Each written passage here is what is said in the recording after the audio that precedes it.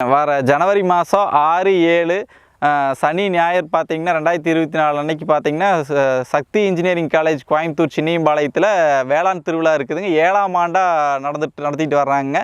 சிறந்த காங்கேய மாட்டுக்கான அழகு கண்காட்சி நடத்திட்டு வர்றாங்க.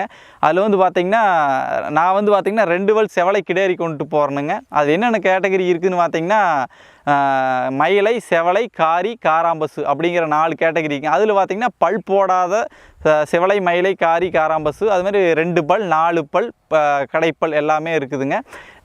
யாரெல்லாம் வந்து தமிழ்நாட்டுக்குள்ளே யாரெல்லாம் காங்கேய மாடு வச்சுருக்கிறீங்களோ அவங்கெல்லாம் வந்து அதில் கலந்துக்கலாமுங்க.